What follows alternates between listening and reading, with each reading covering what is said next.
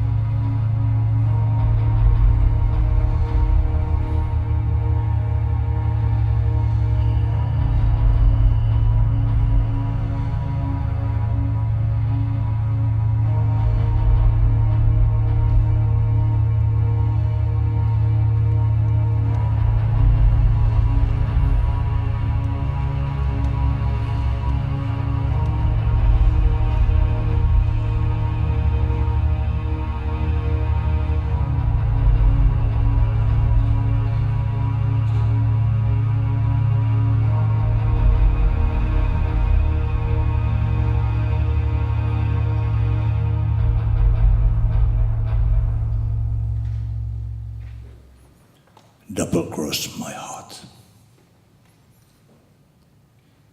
Welcome to this re-education session. I am speaker number 1.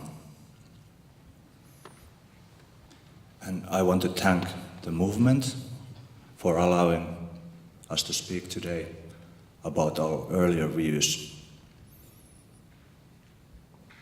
And because you will all be part of this, I'd like us to start, all of us, saying 10 times, truth isn't truth. Are you ready? Truth isn't truth. Truth isn't truth. Truth isn't truth. Truth isn't truth. Truth isn't truth. Truth isn't truth. Truth isn't truth. Truth isn't truth. Truth isn't truth. Truth isn't truth.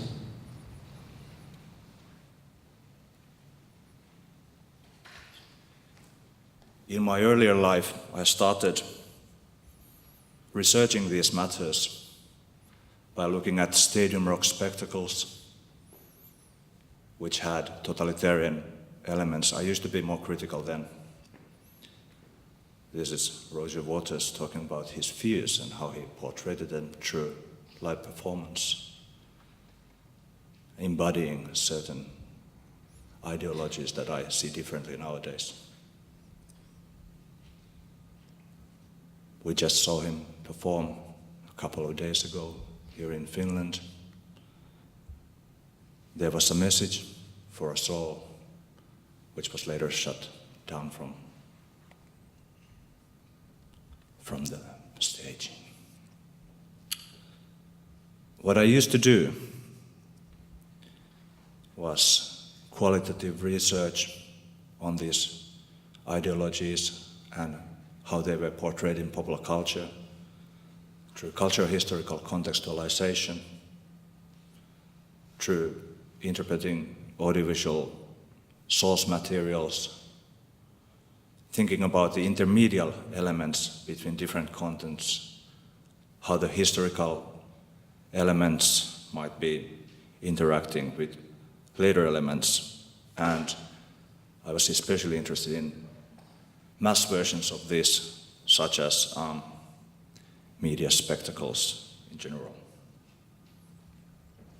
One example of this would be Leni Riefenstahl film Triumph des Willens, The Triumph of the Will, and how that footage was later, for example, used in George Lucas' film Star Wars. And you might notice some similarities in the staging here.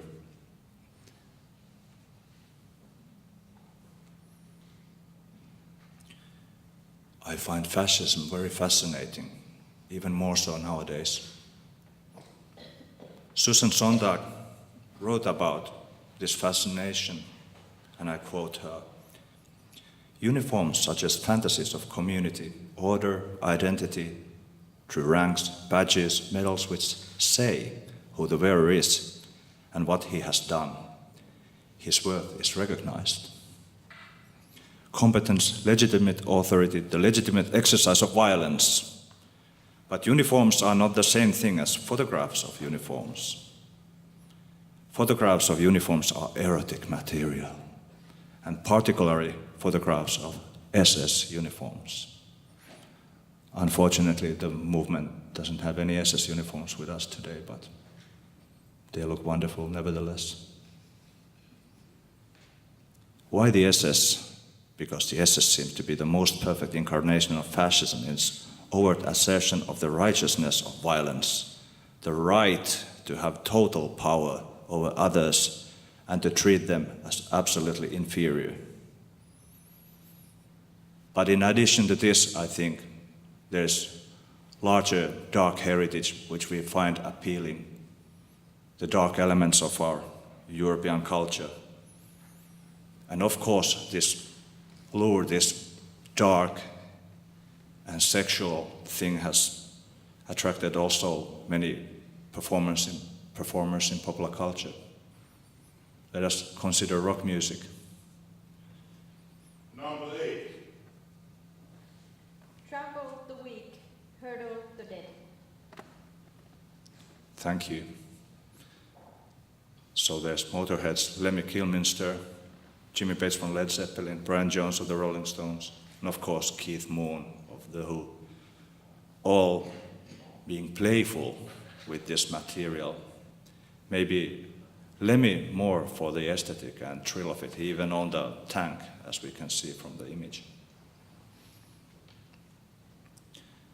But it goes, of course, deeper to the erotic materials and the fascination with sadomasochism, bondage, leather, and controlled violence.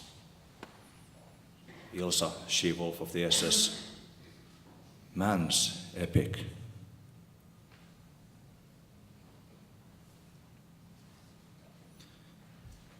In my earlier life, I found contrafactual history, or rather virtual history, very interesting. And I quote Jeremy Black and Donald McRae: "It is at the very root the idea of conjecturing on what did not happen or what might have happened in order to understand what did happen." To be honest, I'm not sure what's happening now. I feel like I'm living in a dream.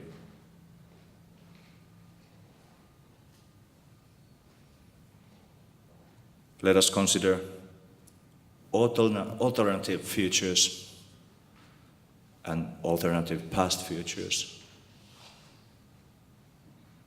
In my life as a cultural historian, I was very interested in this playful kind of game element, how we could think about different paths that we could take and where they would lead us. And it's indeed more speculative fiction, like fantasy, science fiction, but based on history. And the very famous question is, what if the Nazis indeed won the Second World War? And that might be the most common example of this kind of alternative future. Or is it alternative? I don't know anymore. There are some examples like Philip K. Dick's The Man in the High Castle, Len Dayton's SSGP, Robert Harris' For the Land, Stephen Fry's Making History, and Philip Roth's The Plot Against America and C.J. Sanson's Dominion. All highly recommended reading, of course. Then we have kind of more comedic outtakes on this. Finns did this spectacular film about the base at the dark side of the moon. It was called Iron Sky.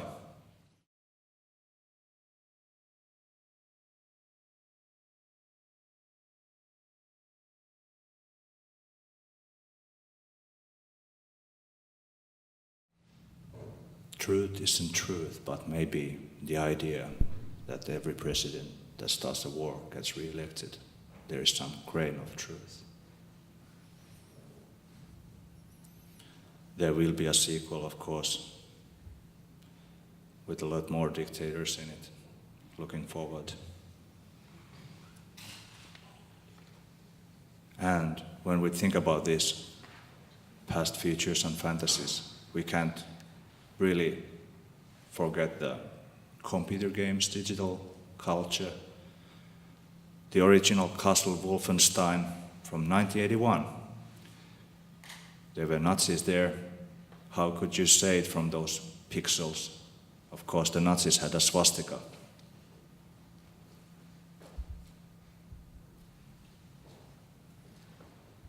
But later on, these kind of games have progressed more and more. Nowadays, they are commodified, packaged, and their trailers are wonderful.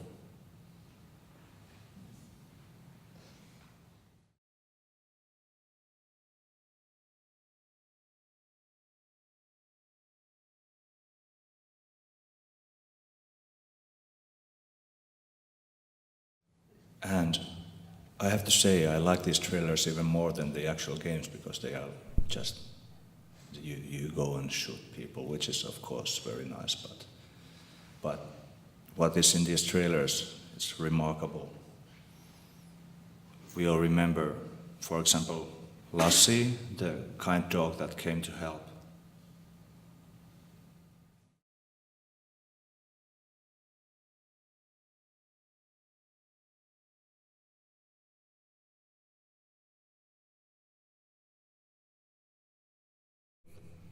In television entertainment, we have also alternative histories.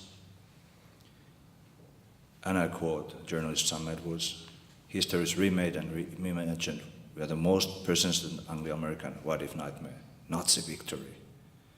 The popularity of this kind of television history in the post-truth age of fake news surely makes perfect sense. They are two sides of the same coin. While very different in purpose and power, both are suggestive of a world in which the lines between fact and fiction are increasingly blurred. Number 30. Say it. Truth isn't true. We all know that. Thank you. The Man in the High Castle, original Philip K. Dick novel from 1962, was it? Was then made into a TV series. And of course, everything is packaged and commodified by these smaller channels now, so you actually have to subscribe Amazon Prime to see it. I was lucky to visit United States last year when Trump was elected, and I watched both seasons of this.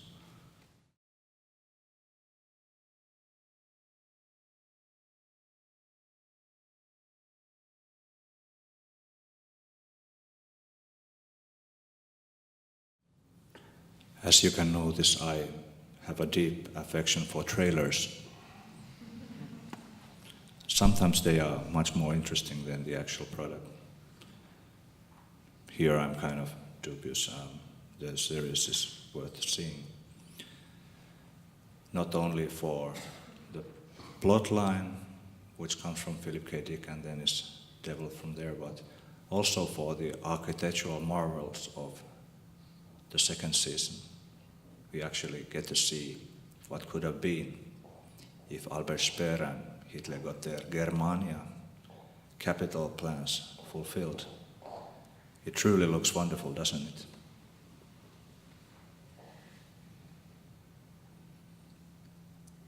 And the title music in the series is wonderful. I can't show you the titles because of the copyright reasons, they blocked it, but I have the music here. Look at the blonde Swedish singer, Janet Olsson. She does a song called Edelweiss. You might remember it from Sound of Music. This is kind of very different take on that song by Rodgers and Hammerstein.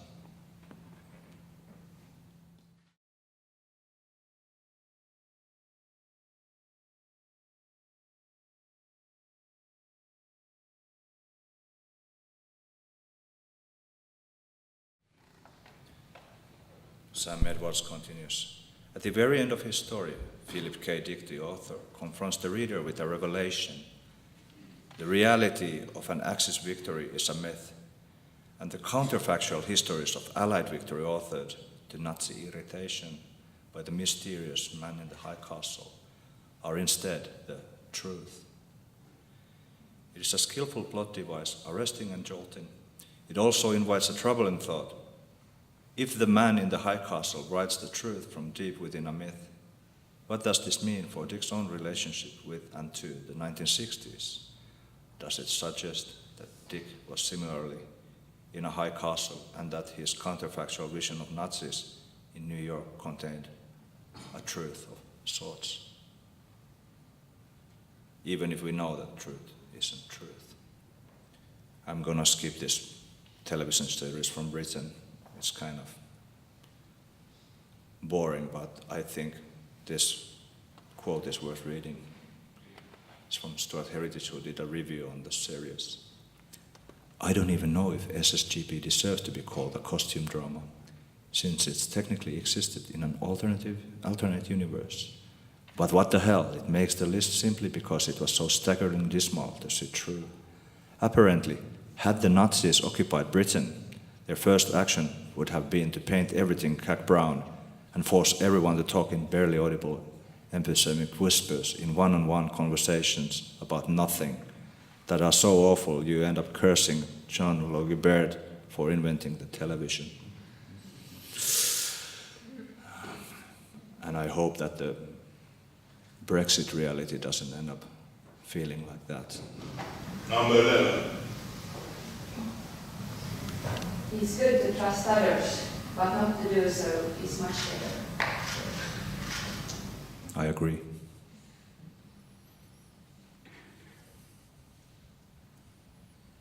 Yeah, there's the Victory Parade in London. There's the new tube sign. But then another thing, which has no Nazis, but maybe it might have Mike Pence as president, I don't know.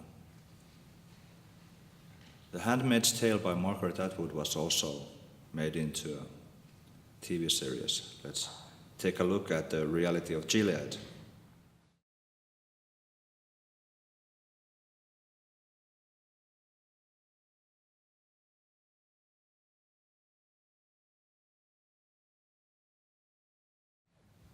Of course, this leaked into what is perceived as our world, or is it our world?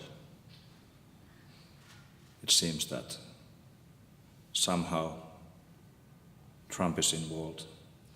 And also the ladies do protest, they resist. I'm sure it will be stopped.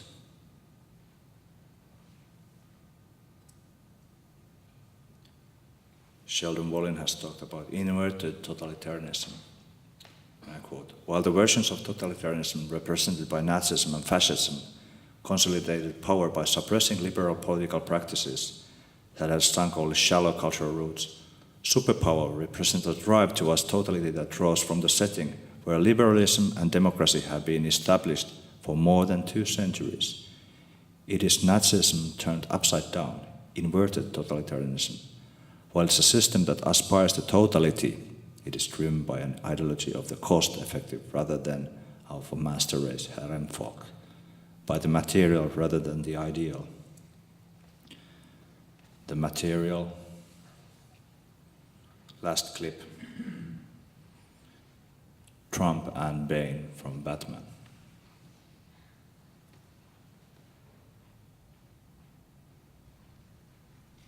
And giving it back to you, the people. And we give it back to you, the people.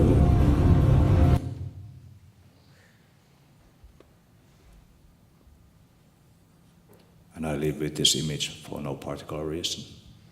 Double cross.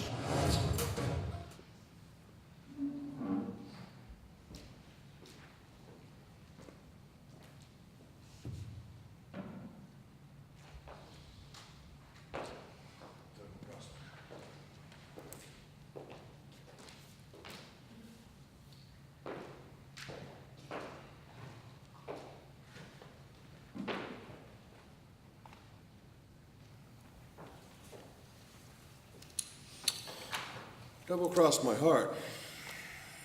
Thanks to the organizers. Thanks to the movement. It is good to see you all here, that you are free and were able to come.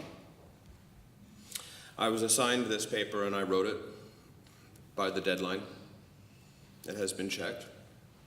I've been ordered to read it to make sure I adhere. You will forgive that.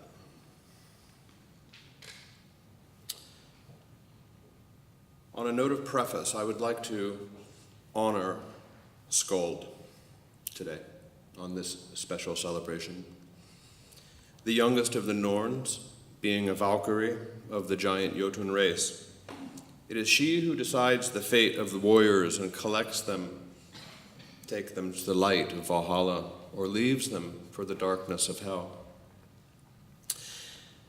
I'm not sure about burden being a bad thing then. One could just as well say that it is the burden of the warrior to fight, or the scholar to write, but how else to win glory? So it is auspicious to pay her homage.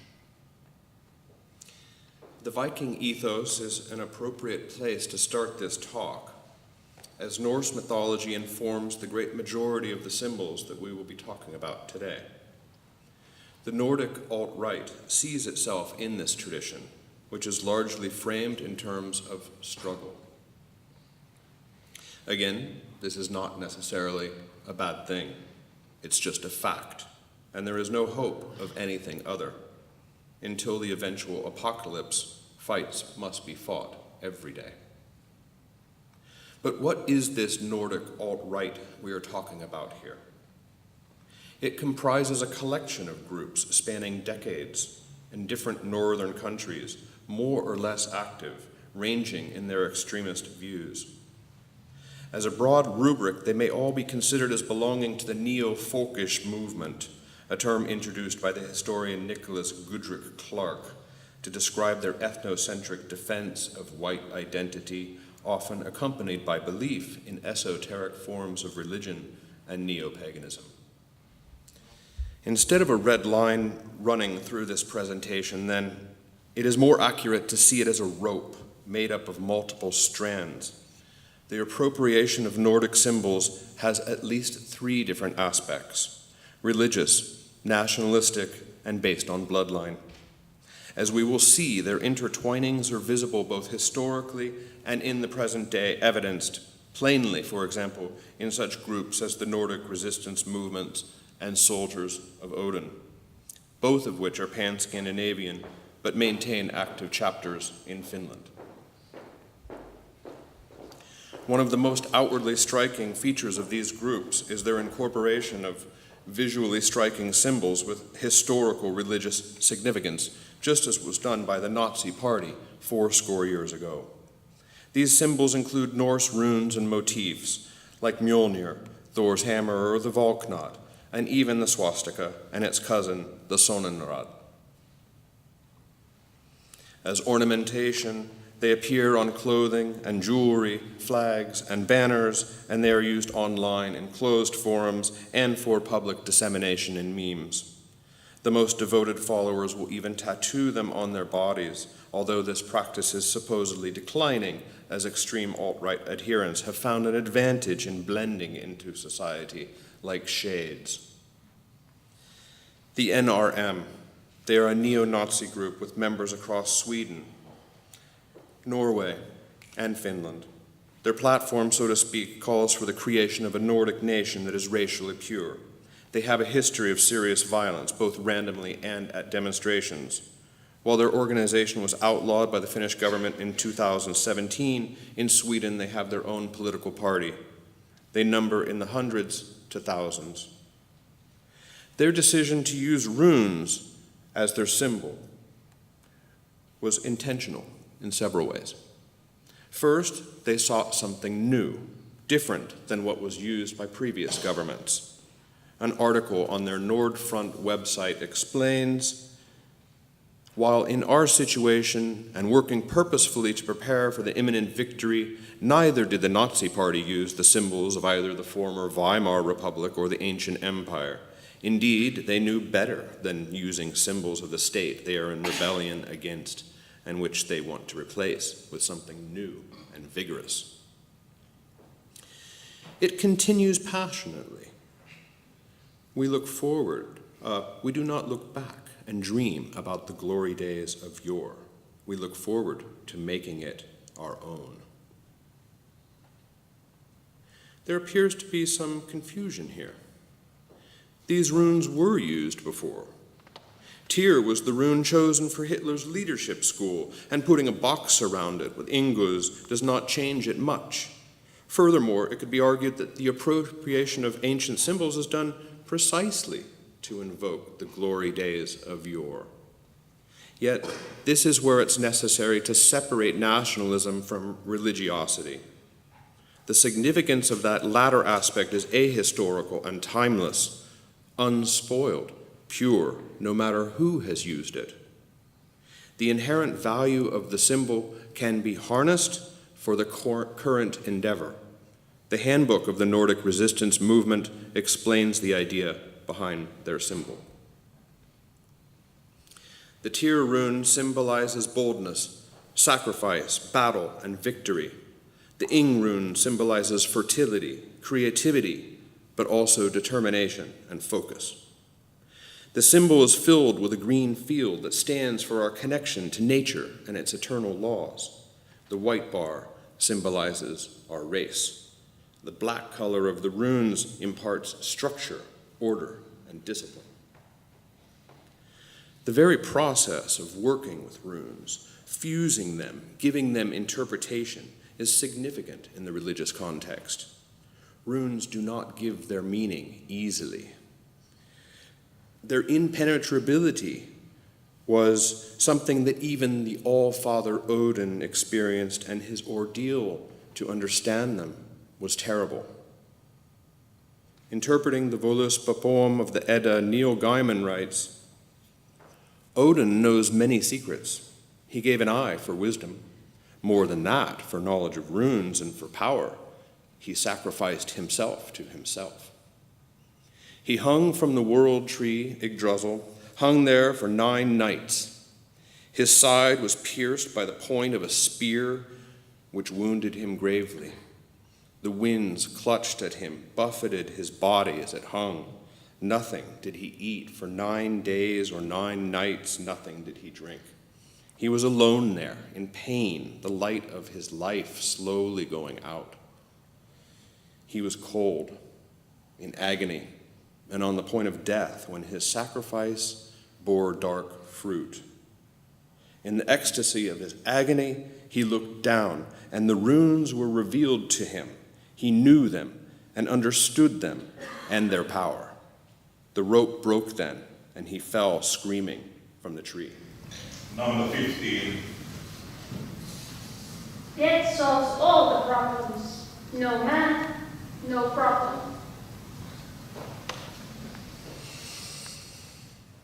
This type of story from the Edda appeals to the warrior mindset. This is the power that the Nordic resistance movement claims. The anti-immigrant vigilante organization, the Soldiers of Odin, also explicitly locates itself in the heritage of Norse religion. It is far more popular than the extreme and violent NRM, counting approximately 48,000 followers on its Finnish Facebook page, of which many may be assumed to be dues-paying members, if not active in street patrols. In terms of symbols, their primary motif incorporates Thor's hammer, religion, the face of a Viking, lineage, and the Finnish flag, homeland. There is considerable diversity of positions in Soldiers of Odin, some local groups disavowing racism, but in other places, including its leadership, it maintains a more aggressive stance. For example, Mika Ranta, the founder of Soldiers of Odin, now incarcerated, has links to the Finnish resistance movement and is a self-declared neo-Nazi. Race is clearly at its center, and thus it can be identified as a neo-folkish movement concerned with whiteness. Stepping back for a moment, it is necessary to frame the discussion here in terms of the interdisciplinary field of whiteness studies, which is dedicated to exposing whiteness as a social construction built around ideas of self and other, and critically examining the invisible structures that produce and reproduce white supremacy and privilege. However, whiteness studies was born in the context of the United States, and it takes on a very different valence in Scandinavia. Identity construction is still very present, but it is of another sort than what one generally finds discussed in America. Bolette Benediktsson-Blågård speaks specifically about this difference. Through the genetic imaginary of the Viking, the common past of the Nordic people is constructed as a self-identity from other people's identity when referred to in the international media. It is ur-Scandinavian and it is masculine. It is the construction of Scandinavians and the Scandinavian culture as ancient and therefore pure.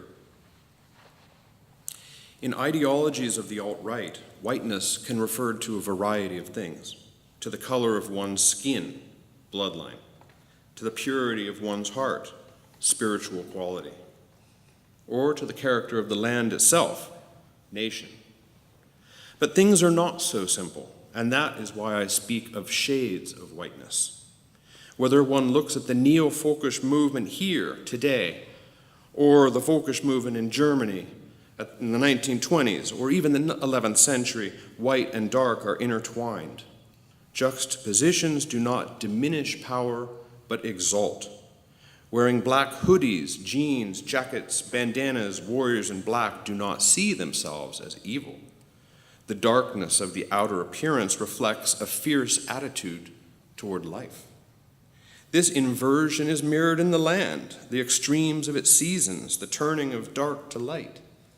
It is not an irony that the color black is the manifestation of the ideal of white, but an epistemological inversion. The hero here is the one who must brave the censure of society to do what he knows is truly right.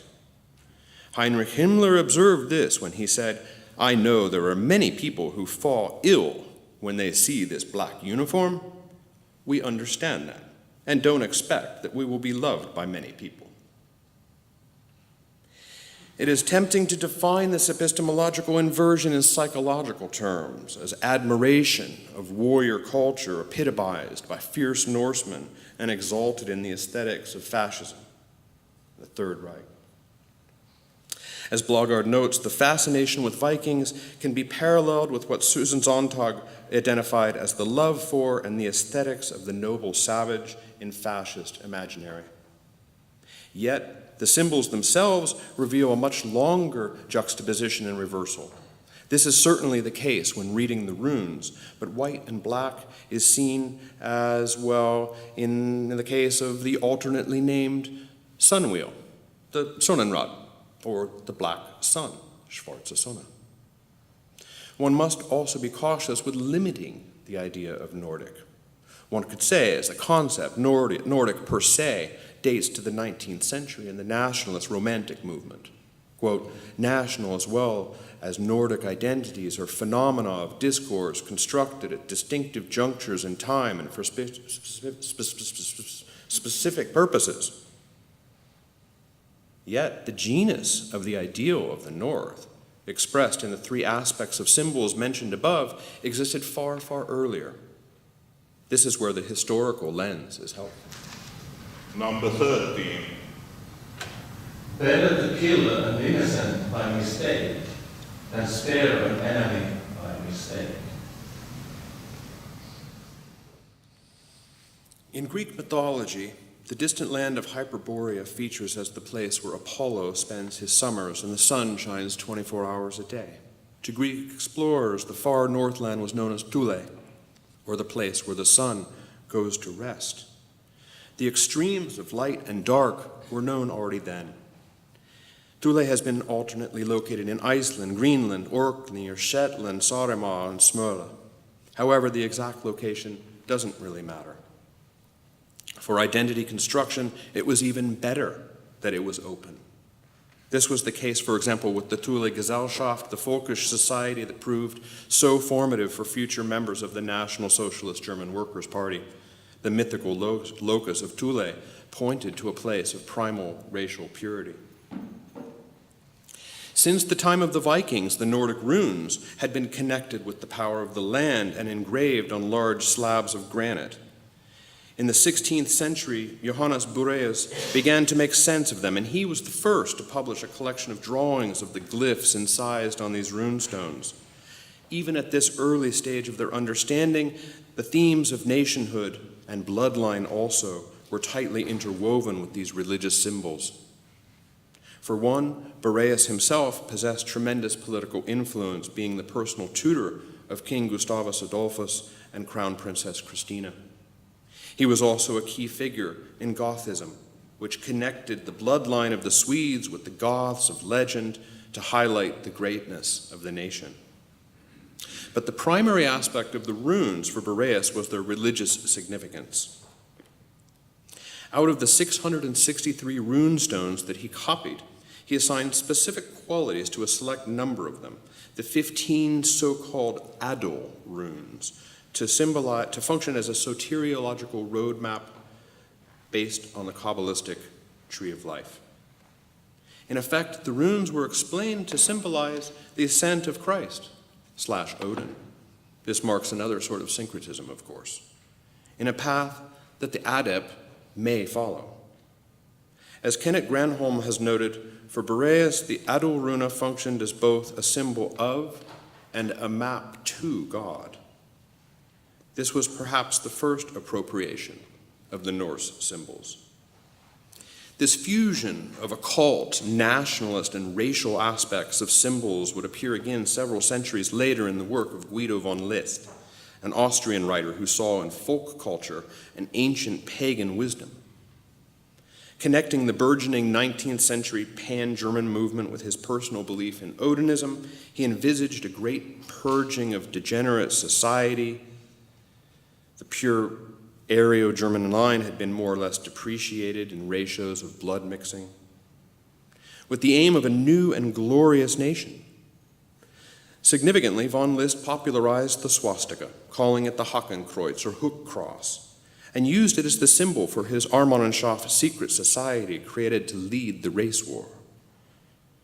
Into this mix, von List also added a comprehensive analysis of the occult properties of the Norse runes, forging what would be a very influential school of runic mysticism, seminal to the adoption of those symbols by the Nazi Party.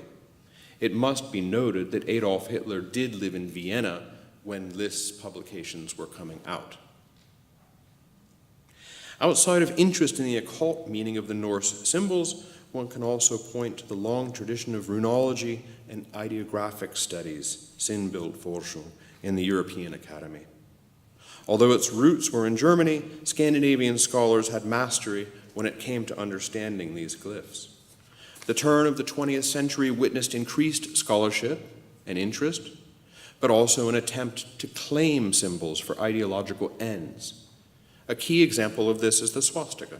Archaeological excavations in Troy, for example by the German archaeologist Heinrich Schliemann, and in Scandinavia, provided a solid basis for a theoretical move to bring the symbol to the West. This was not the only means to do so. Academic discourse focused on the symbol's use by the Aryan race. Here, Aryans were not defined in linguistic terms, such as in India, as Indo-Europeans, also from Iran, but in anthropological parlance. In this context, anthropologically speaking, Aryans represented the white race. The aspect of bloodline and purity was connected to the symbol. It was constructed as an ideal representation.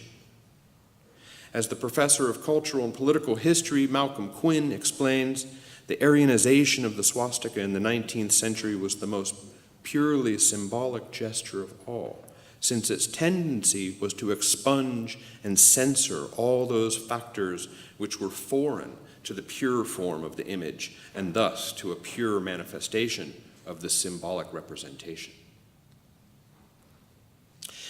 There was a profound rupture with prior interpretations of the symbol. In India, the swastika was a symbol of the sun. In Apte's dictionary, the Sanskrit word svastika means a mystical mark on persons or things denoting good luck. No more. Quinn explains the swastika was expressive in a rhetorically Germanic sense, which depended on the Nazis' own version of romanticism, transfigured and transfixed for the collective gaze. With the realization of this interpretive exercise by the Academy, the swastika was open for appropriation by multiple groups, such as the Thule Society and the Nazi Party. Because it had done its job so well, the scholarly field of Sinnbildforschung was adopted on an institutional level by the SS in 1935. At this point in history, the academic study of symbols in Germany was mainly ideologically driven. Fueled and informed by the state, the Academy was a locus for hegemonic expression of racist ideals around whiteness. The meaning of specific symbols was situated first in that regard, and after that, the symbols themselves served as a tool of hegemonic expression, speaking louder than words. They had signification, but they also had power. For those on the outside, symbols like the swastika were a source of fear. For those on the inside, they communicated power. As noted above, the same dominant interpretive frames employed by the Nazis have also been employed by alt-right contemporaries. Religious, qua the mystical or occult power possessed by the symbols, nationalistic with a view toward the mythic past, and racial, concern with purity of bloodlines. There's a major difference between a century ago and now, however. With the sublimation, albeit barely, of the totalitarian state, there is no longer a state-sponsored or academic framing of symbols in this intertwined way, because the current academic environment does not tolerate or institutionally support racist rhetoric or its expression vis-à-vis symbols. Anyone in the Academy who crosses that line does so at their own peril. This means that the alt-right neo-folkish groups are on their own, and they must fight to create something new and also maintain interpretations of symbols which were already made and did prove successful. On one hand, neo-Nazis have simply emptied the prior cultural context of the swastika to fill it instead with contemporary projections and nostalgic ideals. On the other hand, just as the symbol was used by the Nazis to represent and invoke the Fourth Reich, being a symbol around which collective imagination could be built, neo-Nazis continue to invest in that myth. Number 24. Wars, peace, freedom, slavery, ignorance, restraint.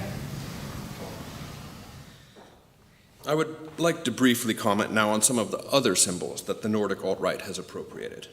As evidenced by their popularity, they represent an effective strategy to still express in-group solidarity while avoiding the social stigma of the swastika.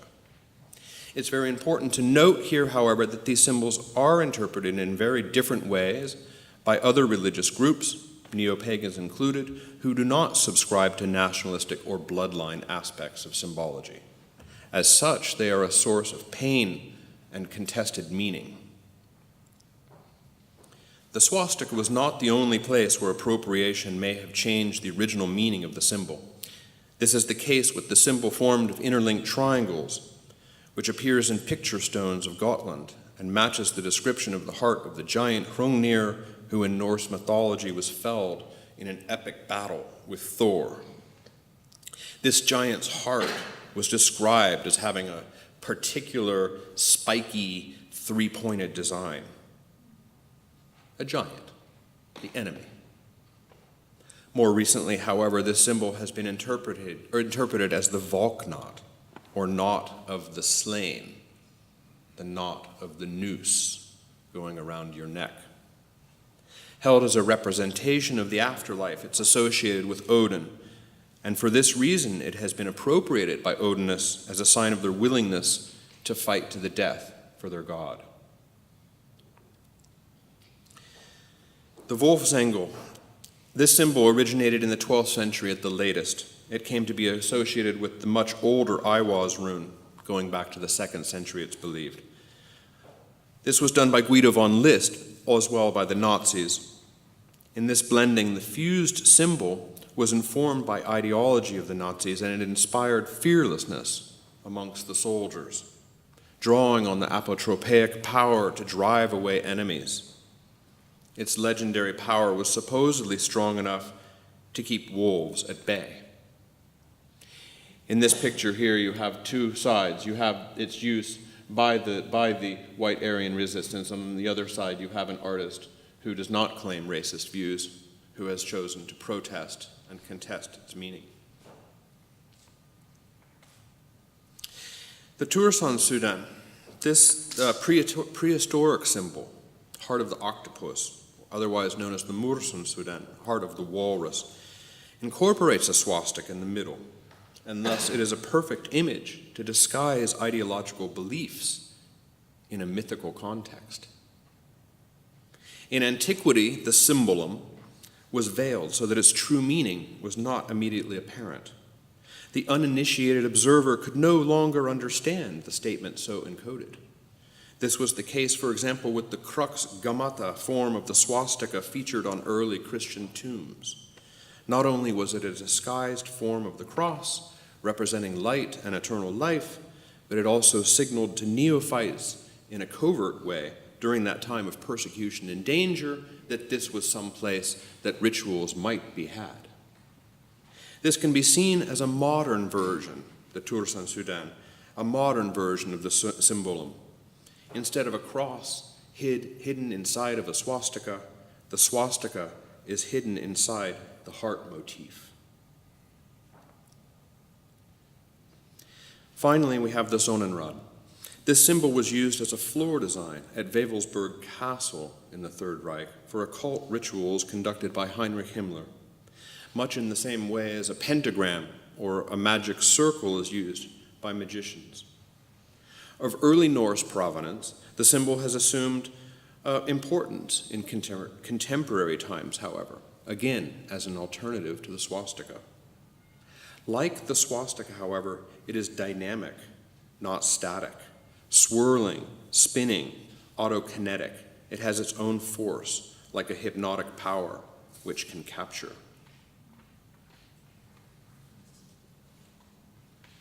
To be able to spread across cultures, a religious element, be it a ritual or a symbol, needs to have power. The question is, what creates this power? According to one school of thought, exemplified by advocates of social functionalism, and more recently, adaptionist views of religion in terms of evolutionary theory, religion plays a vital role in the survival of the fittest. Power is framed in terms of its ability to build and strengthen community. In other words, a religious element that functions strongly to create in-group cohesion and cooperation is more powerful than one that doesn't. The school of cognitive science argues, however, that religious elements have differing degrees of cognitive attraction. In other words, some are simply more attention-grabbing than others, and consequently are more memorable, sticky. This theory holds that such elements exert more force in cultural transmission. I would argue that both are in play. As a symbol is invested with meaning, it offers a return on that investment, both social and cognitive. Meaning-making operates in both directions. For example, in an external, visible way, Nazis made the swastika what it was and what it is today. As noted above, they emptied it of meaning, and then they quite successfully redefined and reified it. There is no denying its function for building community. As Quinn notes, it is this logic of the racist tautology of the we are what we are that accounts for the persistence of the swastika, which historically has represented not just the final solution of Nazism, but the solution to the problem of the sign of an imagined community, of a representation which must be seen to exist in spite of evidence to the contrary. This tautology is the mystery of the swastika. Community is formed by a negation of community. Only through annihilation of the impure is it possible to arrive at the pure. Cognitive dissonance drives the memorability of the symbol and its power. Every time the symbol reappears, it demonstrates its ability to survive, creating a feedback loop that leads it to replicate again across cultures nearly a century later. The proof of the power of the symbol is in how memorable it is and the negative meaning that is still affixed to it. As a signifier, it stubbornly refuses to be empty again. Like the runes, the swastika spans past, present, future. But unlike the runes, it cannot be rehabilitated. Its signifying form and its meaning have become interchangeable. There is no space between a signifier and its signified into which a new meaning could be inserted. In this way, it exudes cognitive attraction like a radioactive isotope, contaminating those it comes into contact with. Here, viral analogies for the cultural transmission of religious elements deserve mention, being strangely apropos when talking of symbols with the bloodline aspect. Both in the case of vertical transmission passed down through generations, inherited from one's family, and horizontal transmission across cultures and belief systems. For the evolutionary biologist Richard Dawkins, successful viral transmission is expressed through memes, where success is based on their reproductive advantages to replicate further. In this theory, the power of the image trumps the volition of its viewer. However, Dan Sperber's model of the epidemiology of representations attaches more importance to the awareness and behavior of those adopting and using symbols. Sperber's theory frames two necessary factors: cognitive predispositions and institutions as key in the replication of the cultural idea. I would argue here also for a both-and approach. People do attend to specific aspects of symbols deemed especially relevant to them, namely religious, nationalistic, based on bloodline. At the same time, however, especially when there are no institutions to support the spread of the cultural idea, people are ignorant to more or less a degree about the deeper meanings of the memes they recirculate. Double cross, Mike.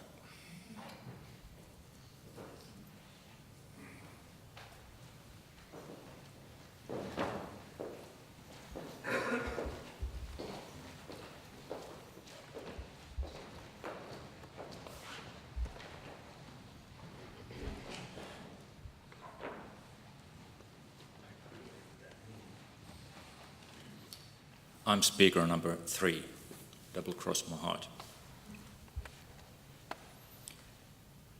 I was strongly advised to introduce you a band which is much appreciated and admired by our movement and organization. So today I will speak you about Laibach, a band which has achieved much admiration and favor within our movement. Laibach is a Slovenian avant-garde rock band which has been founded in the mining town of Trbovlje in 1980. The band has 4 core members, but a very large number of people have been involved in this group during almost 4 decades of their existence. Their musical style can be defined such words as industrial music, martial music, or neoclassical.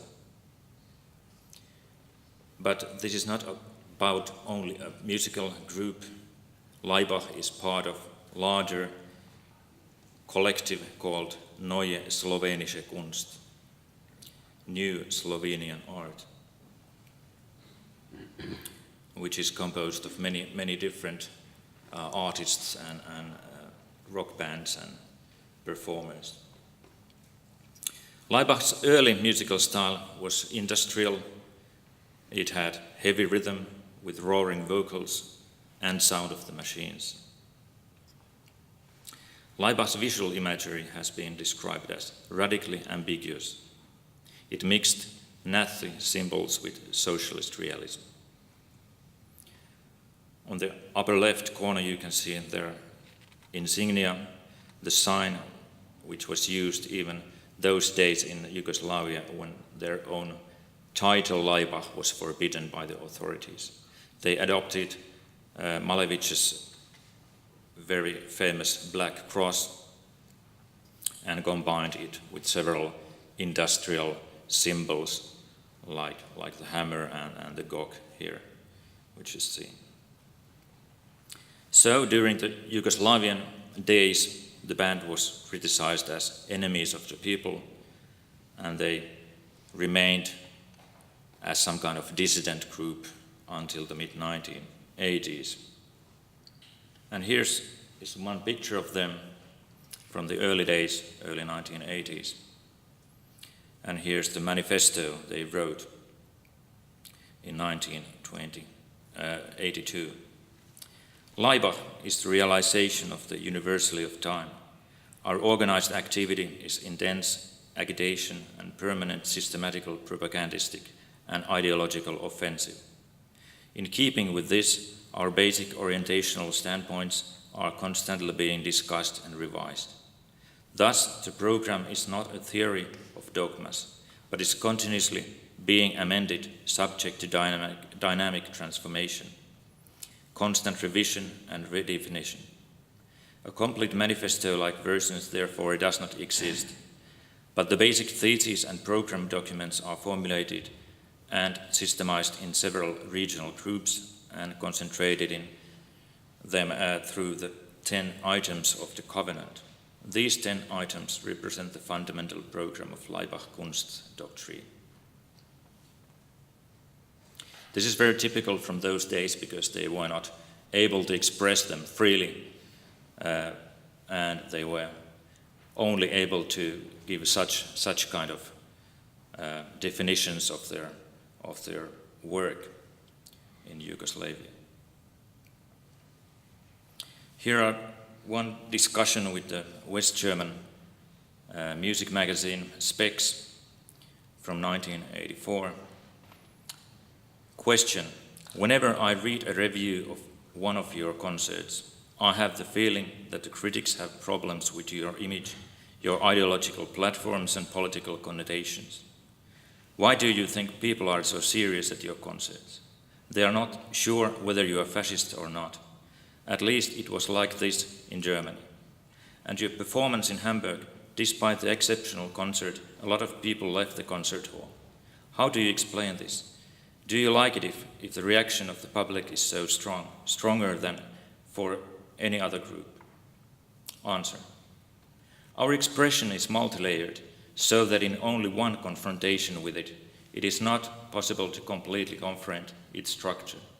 It provokes those who do not have the energy to reconstruct and understand the Laibach idea, which is unmasking social neurosis, but those who will perspiciously reach the thought are the chosen ones of our times. Laibach unites warriors and opponents into an expression of a scream of static totalitarianism. Number 19. The receptivity of the masses is very limited. Their intelligence is small, but their power of forgetting is enormous. And here's another media quote from Yugoslavia from 1984, from Rock Magazine. Question. In the various parts of Europe and Yugoslavia, you were abused as fascists, communists, spiritual terrorists, radicals, elitists, reactionaries, artists. How do you comment the disparities in these extremely different labels? Answer.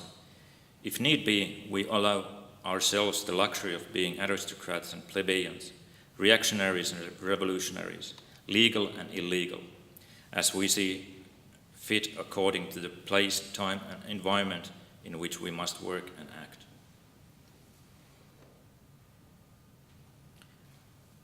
And the third one from United Kingdom 1985, after their move to Britain. New Musical Express. Question. How did your Western experience influence the faith in your own art? Where is your place in the European culture? Answer. The Western culture has, in the face of economic degeneration, lost connection with the primary sense of reality. The disappearance of values has formed a lethargic social situation and has brought about a process of demoralization which cannot be stopped. The degraded and rejected values have created an empty space where Laibach situates itself. Laibach Kunst spreads the eternal, unmodified cultural ideas of its time and space for the rise and assistance of all nations in the East and in the West. So the rhetoric is completely different from the days of their starting point in Slovenia and Yugoslavia. They got their international breakthroughs after their moving to London in 1984, and after that they were signed to Mute Records, which was very famous and important record company for many other bands as well. They were signed into Mute in 1986. They produced and released several albums in very short time. Opus Dei in 1987, which was mostly composed of cover songs. Let It Be in 1989, which is totally a cover album of the Beatles album of the same name. Macbeth was a series of compositions which were made to Hamburg opera version of Macbeth. Sympathy for the Devil was an EP from 1990, which was constructed around the Rolling Stones song of the same name. It had even 7 different versions of the same song. And their style evolved to neoclassical, orchestral and martial music. It was not so much anymore about brute industrial sounds and rhythms. Many cover tracks and even the full albums, like Let It Be, were very popular, and the cover songs seemed to be the core material for their artistic ambitions. The music which was covered was not only rearranged but totally hijacked into a different musical and conceptual environment in order to subvert the original message or intention of the song.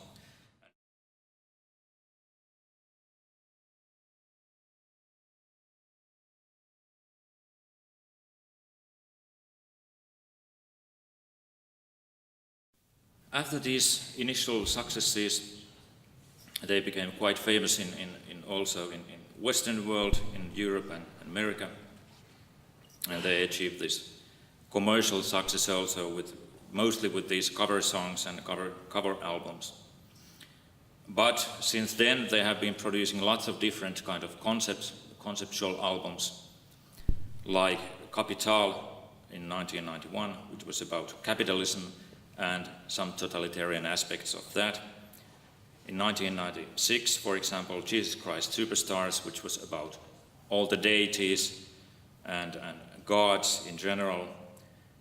WAT from 2003, We Are Time, acronym for that, which was originally an idea without any concept, but it became a concept about the audience, about the listeners themselves. The most latest albums are Spectre and Also Sprach Zarathustra. So the themes are very relevant in our current culture, and many people have some ideas and concepts about what they mean and what kind of cultural position these references have. Number 10. Let them hate me so long as they fear me. They have continued also the series of cover albums like NATO from 1994. The theme was war songs, so they combined different kind of songs, very familiar ones like Bolland's You Are in the Army Now and Europe's Final Countdown and such things, and they made these military marches in this album. Volk from 2006 is a compilation of national anthems from different parts of the world. The Volk word itself is very ambiguous because, of course, in German it's the nation, but in Slovenian it's the wolf. And in the middle of the upper row here you can see the front cover of the album, Volk, which is, of course, there are a bunch of sheep there. They have produced also other soundtracks in addition to Macbeth. The most famous is Iron Sky, the original soundtrack from 2012, produced for this movie of the same name. In addition, they have released a lot of live albums, EPs and compilations like Anthems, which is a compilation of their earlier hits. And there has been a lot of style variation in their music. They have added some danceable rhythms from the start of the 1990s when the techno and other electronic dance music became popular, but also some metallic guitars have been introduced in their music. Sometimes it's like industrial metal, sometimes it's like electronic body music from the 1980s, but it has stayed or remained in its core some kind of orchestral, dark wave music. I play a short sample of their style from the early noughties.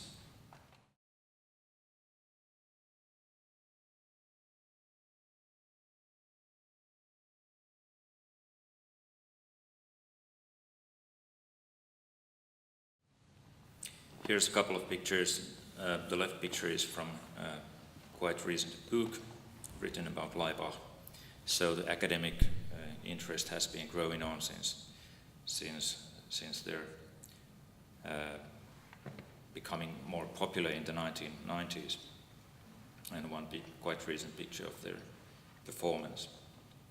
But recently they have been most famous and known from their visit to North Korea, in which they played in Pyongyang in 2 concerts in Kim Won-gyun Musical Conservatory in August 2015. And this was related to celebration of 70th anniversary of the end of Japanese colonial rule in Korea. The initial came from Norwegian artist Morten Travik, who directed a video for Laibach's song The Whistleblowers in 2014, and he introduced the band to North Korean authorities.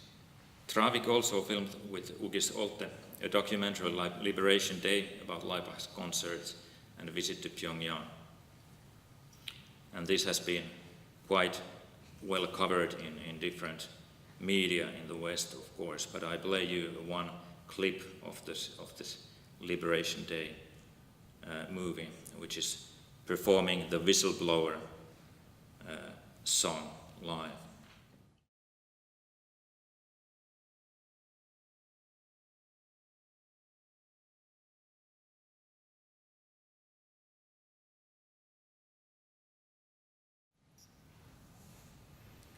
Rolling Stone magazine asked Laibach, what misconceptions do Westerners have of North Korea? Answer, what misconceptions don't they have? It's a country everybody in the West loves to hate, but most of the tabloid stories about Democratic People's Republic of Korea are utterly false. They don't eat their own children, they don't throw people to dogs, and they don't starve because of a lack of food. Another question. What about the Beatles across the universe? Answer. They loved it, and it actually sounded very subversive. Jai Guru Deva Om, nothing's gonna change my world, especially with American rockets launched on the projection at the back.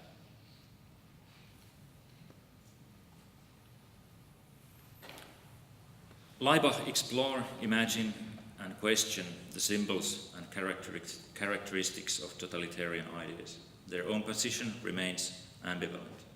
Their artistic concepts are multi-layered and saturated with symbols, metaphors, and historical narratives. Several times they have been asked if they are fascists. They answer, we are fascists as much as Hitler was a painter.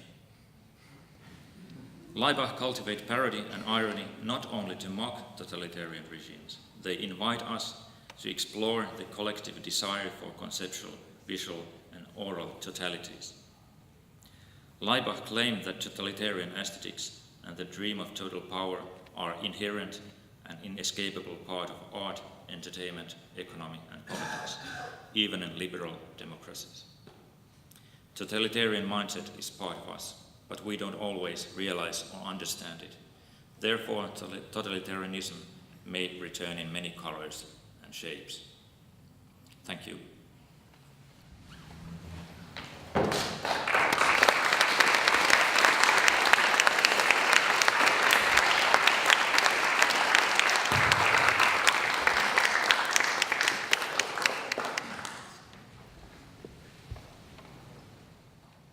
Gods.